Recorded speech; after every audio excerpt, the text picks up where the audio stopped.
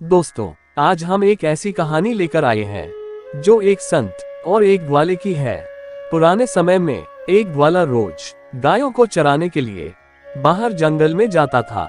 उस जंगल में एक संत का आश्रम था। वहाँ संत रोज तप, ध्यान और मंत्र जाप करते थे।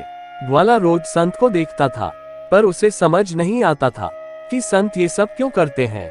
ग्वाले की उम्र कम थी। संत के इन कर्मों को समझने के लिए एक दिन वह आश्रम में पहुंचा और संत से पूछा कि आप रोज ये सब क्या करते हैं। संत ने बताया कि मैं भगवान को पाने के लिए भक्ति करता हूँ। रोज पूजा पाठ, तप, ध्यान और मंत्र जाप करने से भगवान के दर्शन हो सकते हैं। संत की बात सुनकर ग्वाले ने सोचा कि मुझे भी भगवान के दर्शन करना चाहिए। ये सोचकर ग्वाला आश्रम से निकलकर एक सुनसान जगह पर पेड़ के नीचे एक पैर पर खड़े होकर तप करने लगा। कुछ देर बाद उसने सांस लेना भी बंद कर दिया। ग्वाले ने सोचा कि जब तक भगवान दर्शन नहीं देंगे मैं ऐसे ही रहूंगा। छोटे से भक्त की इतनी कठिन तपस्या से भगवान बहुत जल्दी प्रसन्न हो गए। वे ग्वाले के सामने प्रकट हुए और बोले, पुत्र, आंखें खोलो, मैं तुम्हारे सामने आ गया हूँ। ग्वाले ने आंखें खोले बिना ही पूछा कि आप कौन हैं। भगवान बोले, मैं वही ईश्वर हूँ जिसके दर्शन के लिए तुम तप कर रहे हो। ये सुनकर ग्वाले ने आंखें खोल ली, लेकिन उसने ईश्वर को कभी देखा नहीं था। वह सोचने लगा कि क्या यही वो भगवान है।